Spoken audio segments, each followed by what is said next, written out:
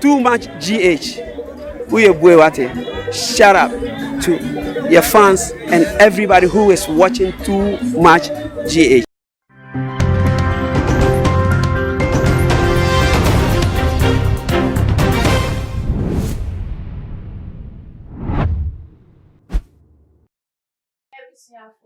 Obibia kwaba de batuma GH anything so munya ba mosun for mercy kam jima kunya se kese ya na ensem a circulate wo man na me de eba be som na Ghana for yen nyina yin say election media di biabo ekopim amra na wo ye campaign any amra election e course na election ye chi nyina che say ensensem bebre na nya ye common pa Ghana for ye share nso enkom she duduo na edifo a wo Ghana ha de betu ja na che say popular edifo a yenim ebi any reverend osu bempa prophet Nigel Gazi prophet Emmanuel Bedu Kobi enkom she no etiefo ebi de koma MPP na ebi de nso koma NDC specifically no na reverend osu bempa de koma MPP a che say ya waka ni se nyame akasa se MPP befa na prophet Nigel Gazi prophet Emmanuel Bedu Kobi wo mo so de no ne omo ka ni se that says the Lord software diffo mienu a will be aka different thing te magana for han o mani se die na ekosu we dia software election eba le wie no na ye hu moto we de ne nyame pa na pam so ntama ti Ghana for do na han o mani se ye ya software ya wo mo kasa ma nyame ye ti se sakata kenya nkopon ana confuse God esa say Ghana for say debi de ne nyame a o kasa preko no carry for che say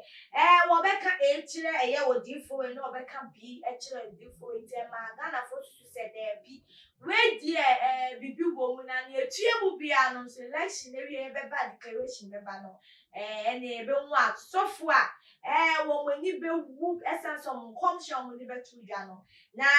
wo mo ankasa interest bi na eta chire na Ghana for no na ekowie mu say easy but mo dia ba out after a year election ya course so much say do na to wo mo ba no Ghana for twen ni bi si de betu dwa na kire say is excellency na adu dankwa ekufo adu ono na wafa Ghana akonya ni biem say won bedi wo mampani wo oman na na Ghana for say ye ni aya han yi ye hwe mo asofo dodo na mo be kan sem that says the Lord mu audios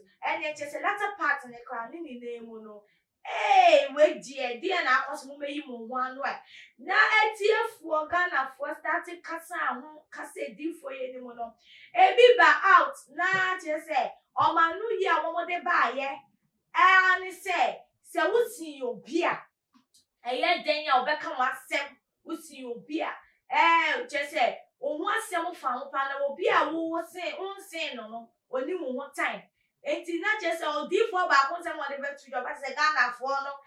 dudro na wo mo criticizing no one conscious be share no no wo tutu se che say wo mo da form ebi mu ni dwumedi ebi mu kra nso de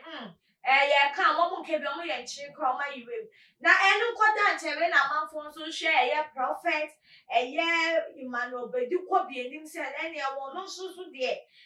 den na wo de ba betu de tiefo wa ba be kasa na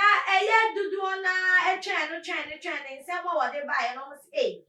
na say ne connectivefo say na wo kan nsem or see the evil thieves do lives with them and after them just one the election ni course we ya declare ye winner no or parties na commission na ambemu no any percentage na ye NDC amanoko ni na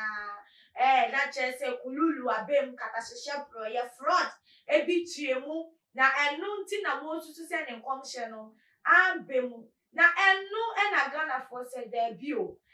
mo na mama former president John Dramani Mahama say see an tension rise pressure ba higher what won accept easy declaration what the betu ja kasa we mu a na commission be mu ambemu mo na mo say that says the Lord na ambemu afre de mo tutu say kata seshe ne project na election ben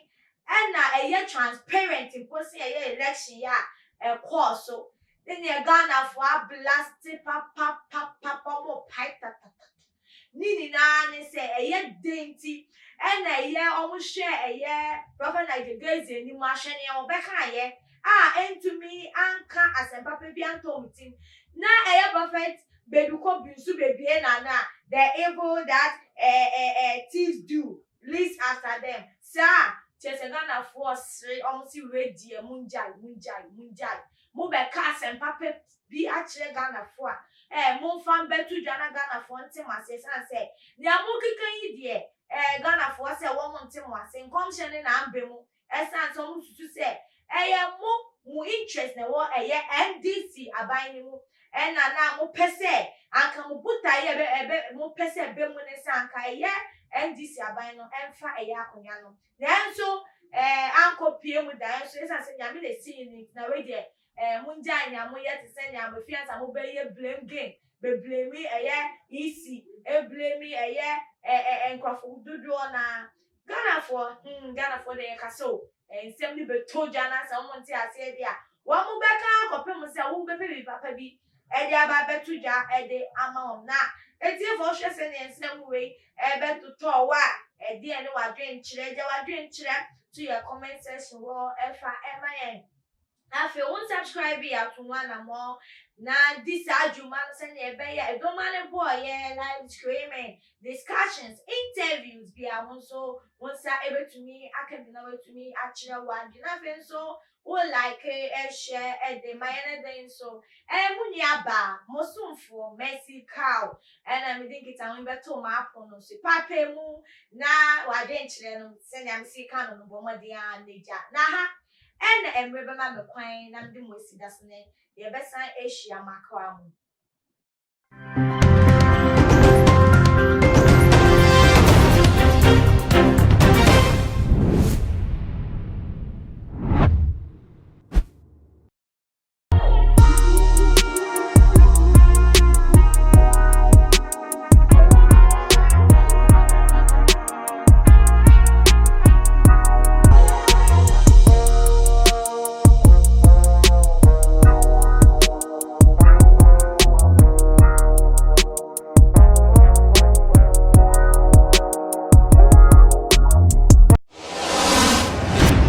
the major prophet kum chacha